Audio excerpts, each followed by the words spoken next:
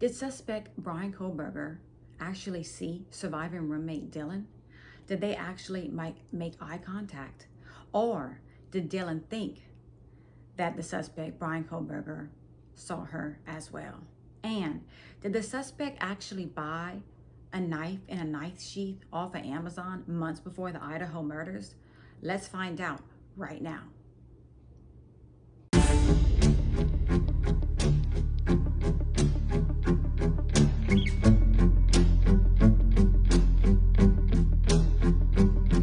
Happy Tuesday, and how are y'all doing today? Yes, it's me, Anne Marie, aka the Cajun Crime Queen from Carrico, Louisiana. Cajun born, Cajun bred, and when I die, I'll be Cajun dead.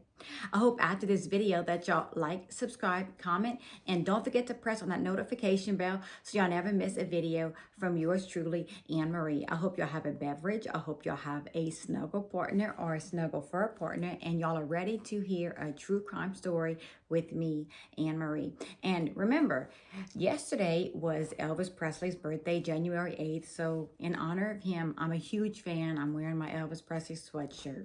So who are we going to talk about today? Today's actually going to be part 2 of Idaho murder suspect Bryan Christopher Kohberger. Now, before we get started on this video, I just want to tell y'all that I highly appreciate all the comments that y'all left me and all the input, bad or good. Remember, y'all, this is my first rodeo. I'm just starting YouTube. I'm learning slowly but surely. So any constructive criticism y'all give me, throw it at me. I'm not saying, curse me out and tell me off in the comments. Always be kind in the comments. But I want y'all to tell me what y'all think, y'all theories, because after reading all of y'all comments, which God, I am so grateful. I am so grateful for the comments because y'all have shown me how to be more open-minded about this particular case. And remember, y'all go form your own opinion, do your own research, but everything that I tell you on this video is all public knowledge, and you can all go look it up for yourself. But I just wanted to give a shout out and a huge thank you for helping me with comments, giving me your theories, and telling me what y'all think about this particular case. Now, I'm sure there's going to be search warrants for everything in the suspect's phone, Amazon accounts, PayPal, YouTube, Spotify, Google, everything you could think of. I'm sure the prosecution is going to get a search warrant because, as we all know, this is a death penalty case. So the prosecution has to be very thorough on everything they're investigating because they want to cement their case. Now, it is very compelling evidence, but it is also circumstantial. Yes, his cell phone pings. Yes, he was in the area multiple times. Yes, his DNA was found on the knife sheath. But the defense is going to come back and put holes in all of the prosecution stories. So they have to be the prosecution has to be very thorough in what they're doing. So they're going to get any type of evidence they can against the suspect, Bryan Christopher Kohberger. Now, I did not know that Bryan did actually have an alibi that night. His alibi was that he was driving around the area, and he could have been. He said he takes drives at night to clear his head, just driving, and often at night, whatever time at night that is, he goes for drives. It kind of shows me an admission, but who am I? I'm not a lawyer. But is there a witness to this? What I mean is, if he says he does this all the time, I'm sure somebody knows. I'm sure there's some kind of surveillance camera that sees him leaving his apartment at 2, 3 o'clock in the morning on some occasions. I'm sure he has to stop and get gas. So, but does he always turn his cell phone off for 2 hours while he's doing this? We just don't know. So is somebody going to come forward and say, yes, this is true, his alibi is true, because I've seen him do this before? We don't know. Because how many of us have had a really bad night studying, or we broke up with our significant other and we just want to get out the house and go for a drive? So we're driving around, we're doing this, we're doing that, we're just trying to clear our head, we cut through neighborhoods just to kind of, calm down. And how many of us have gotten a call from our significant other saying, they're going to bed, but they're really not. So you and your friend get in the car and it's 2, 3 o'clock in the morning and y'all go drive in front of his house to see if he's home, and y'all going slow. Y'all are creeping. Y'all go take different laps around to see if y'all see anything in the house. Then you turn your lights off and you go pull up in the driveway of the neighbor next door. Lo and beknownst to us, there's an attack or a murder taking place in that house, and bing, bang, boom, we in the middle of a crime investigation because our car was in the wrong place at the wrong time, but we had nothing to do with it. But it can happen. So the prosecution has to really have a concrete case on the suspect, Bryan Christopher Kohberger, because the defense is going to come back with everything that they present to the jury. Several people have made the comment that the suspect, Bryan Christopher Kohberger's alibi, is pure gold for the prosecution. But is it? And it was also said that the suspect did, in fact, purchase a knife and a knife sheath several months before the murders. But could it be a coincidence? Yes, it could. It just so happened the same knife he maybe purchased was the same knife that was used at the crime. But if that's true, if it's true, don't y'all think that the defense would present that? Like, this is the knife that he purchased and it was found in his house. Are they going to present that? We just don't know. It could be a coincidence, absolutely. We're not going to know until they present everything in the case. And I'm going to be there. I'm going to try to be there. I'm definitely going to try to be there. But I am going to be watching this case. Another thing, I'm just going to throw this out there to y'all, and y'all kind of have your own opinion.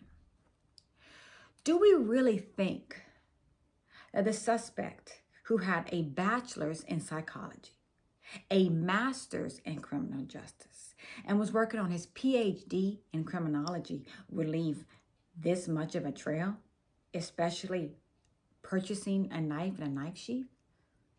Would he leave this kind of trail?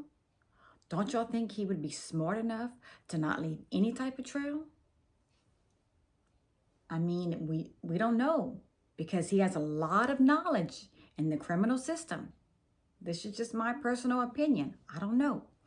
Now, another thing we have to think about is there such thing as a perfect murder?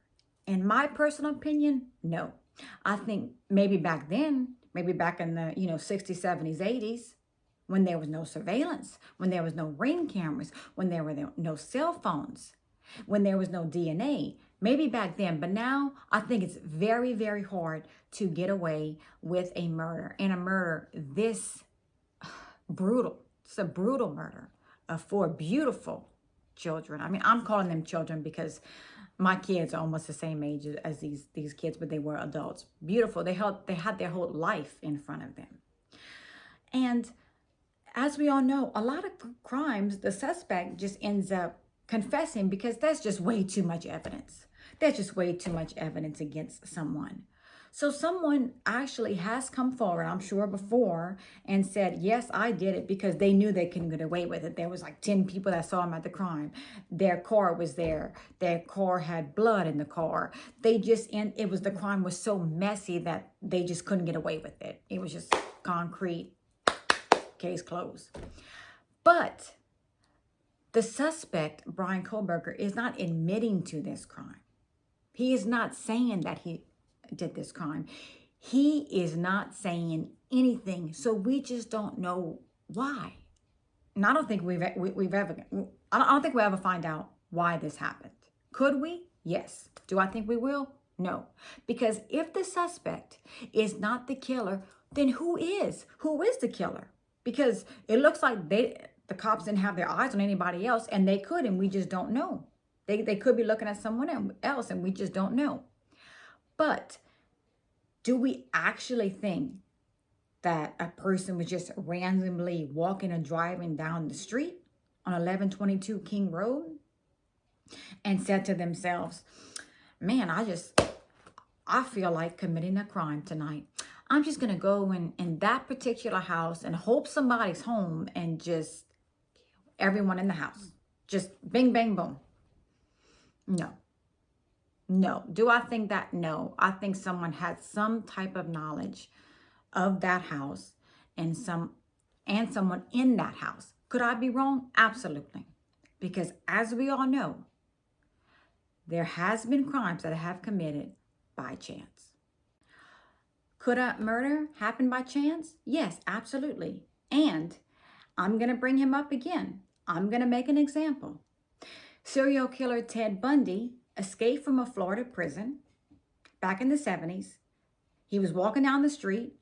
He was near FSU. He saw a Chi Omega sorority house, broke in the house, brutally attacked 2 women, murdered 2 other women with no weapons, with only his hands, in less than 15 minutes by chance.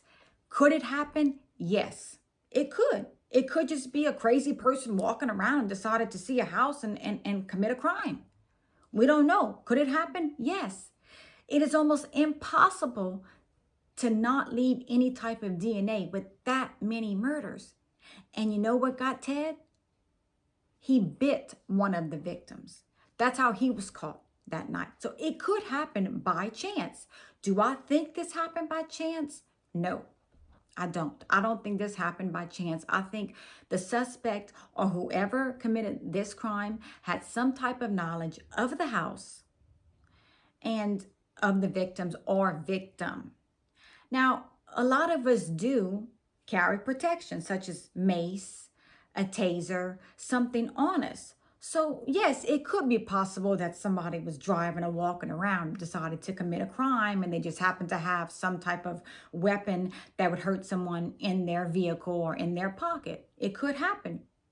I mean, we can't say it can't. That's all I'm saying. Another thing is, stabbing, just like strangulation, is very up close and personal. You're right next to the victim. You're looking at the victim. You see the life coming out of them. So it's very personal, which means maybe the suspect knew the victim or victims. That's my opinion. It is not like a gunshot where it's from a distance. You know what I mean? It's personal. It's right there. We do know that Kaylee had the most brutal attack according to the affidavit. We do know that the knife sheath was found under or near Madison Mogen's body. And we do know that Xana and Ethan were maybe attacked last and that maybe Xana fought back. It is very alarming that the suspect, Bryan Kohberger's phone did ping 12 times leading up to the murder. It is so very alarming that his cell phone activity showed that there was no cell phone activity for 2 hours around the times of the murder. And I also wonder, was there ever any interaction in person or on social media with the suspect and the victims or victim? Because it was said that he liked some of their posts, he followed some of the victims, he maybe messaged some of the victims. I wonder that. I wonder if the prosecution is going to present that.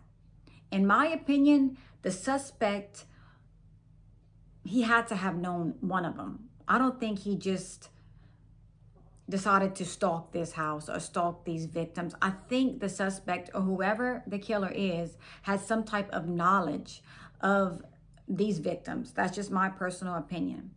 I also wonder, when I dug into this case, you know, I dig into a case to give y'all all the knowledge so I can tell y'all everything about it. Did the suspect actually see the surviving roommate, Dylan? Did they actually make eye contact?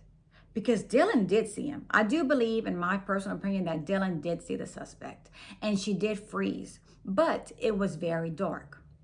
She may have thought that he saw her, but he didn't. How many times have we all been somewhere and we're 10 feet away from a person and the next day we're like, God, we told you hi, you saw me, I was standing right there, and they look at us, oh, I didn't see you last night. So it could happen. It was very dark. Maybe he didn't see Dylan, the surviving roommate. Maybe they didn't make eye contact. Maybe when he walked past her, he didn't know she was standing right there because it was so dark. I just wonder that. Now, I'm going to throw my opinion in about the house, 1122 King Road, that was just demolished. a couple of weeks ago. In my opinion, it shouldn't have been demolished. That's just my opinion. I think that the jury should be able to walk through that house so they have a solid case, just like O.J. Simpson, just like the Murdaugh trial. I think the jury should have been allowed to walk through that house. But a lot of people have come forward and said it's hard for the house to be standing there. It's hard for the students at Idaho University to see that house and to heal when the house is just still right there. They can't heal because they constantly see in the house where this brutal murder took place. It's not like somebody passed away from a heart attack in this house. 4 victims were brutally attacked and murdered in this house. So do they want to see it standing? No. But it was also said that the parents weren't too happy. Some of the parents weren't too happy that 1122 King Road, the house where the murders took place, was being torn down. Yes, they're making a 3D model, but it's not the same. It's not the same as walking through the house. They want concrete evidence. They want to see everything about the case. That's just my personal opinion. Do I think it should be demolished after the crime? Yes. I think some type of memorial should be right there. That's just my personal opinion. I think they should have left the house until after the trial was said and done. My final thought, I always come to y'all with my final thought. My final thought is, y'all, I thought this case was going to be a slam dunk. I honestly did. I thought this case was going to be case closed, done. They had enough evidence. The suspect, Bryan Kohberger, was going to be sent to jail for the rest of his life. At first, that is definitely what I thought. But now, after y'all came in my comments, after I dug more into this case, this is not going to be an easy case. I'm telling you, I thought it would be. I think they have everything they need. But now, the defense will poke holes in the prosecution's case. There's no question. But even though a lot of us think, gosh, they have way too much evidence against him, he's definitely going to get charged for this. But the suspect may not have done it and may be found not guilty. We just don't know. And if the suspect is found not guilty, that means this whole time we had a mass murderer, a serial killer, walking around the streets. That just scares the heck out of me, to know that if the suspect did not commit these crimes, who did, and are they still on the loose? Just like the Casey Anthony case. We all thought the Casey Anthony case was a slam dunk. It wasn't. There was just not enough evidence to prove that Casey Anthony maybe did something to her daughter, Kaylee. There just wasn't enough evidence, the jury said. So we don't know what could happen. I highly appreciate all the comments that y'all gave me last week in my video. It helped me a lot.